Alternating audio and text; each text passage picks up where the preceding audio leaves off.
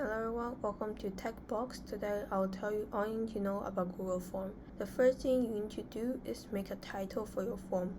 For me, it will be School Perception Survey to be example. You can also add a description, but it is optional. Now I'm going to show you the 10 types of field options. I already make an example for each of them, so let's begin. So the first one is short answer. This field is perfect for asking short text or sentences like names, email addresses, link, etc. You get one line of text to be the answer. Your user could actually enter as much text as they want. To control the length, click the three dots and use the response validation. This helps to set the range of words. Next, we have paragraph.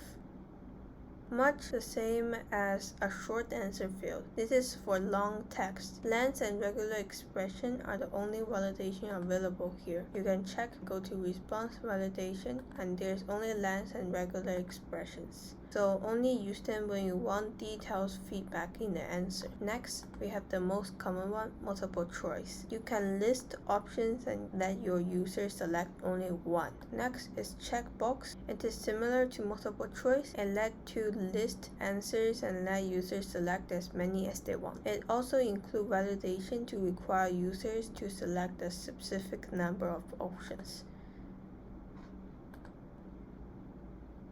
Next, we want all the answers to be in an option in a menu. Use Dropdown. It's the exact same as the multiple choice field, only this time the answers are in a menu. This is useful for keeping your form compact when there are many answer options.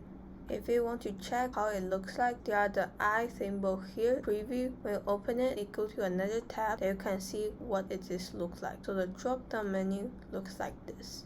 Next, linear scale. This field lets people select the number in range. Set the scale from 0 or 1 to 2 to 10 with labels for the lowest and highest options. What is interesting about it is that emoji works as well. Next is multiple choice grid. This field are displayed in a grid. You will add questions and rows and options about them as columns. There can be as many rows and columns as you want. Do note that user will have to scroll right to see more than 6 columns on desktop or only 3 columns on mobile. You might want to keep the form preview open while setting up the grid.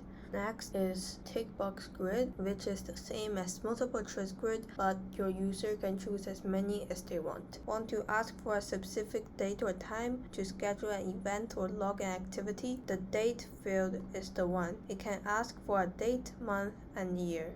Do note that the date format will be shown depending on your location. If your Google account is set in the US, date will be formatted as month, day, year. The UK will be shown as day, month, year. So be sure to keep that in mind when creating forms. Last but not least, time. Time lets you ask for time in hours, minutes, and seconds, which is optional, perhaps to log how long an activity took.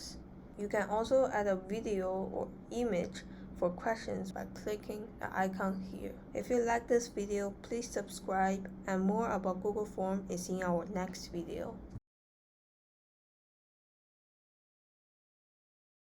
Thanks for watching.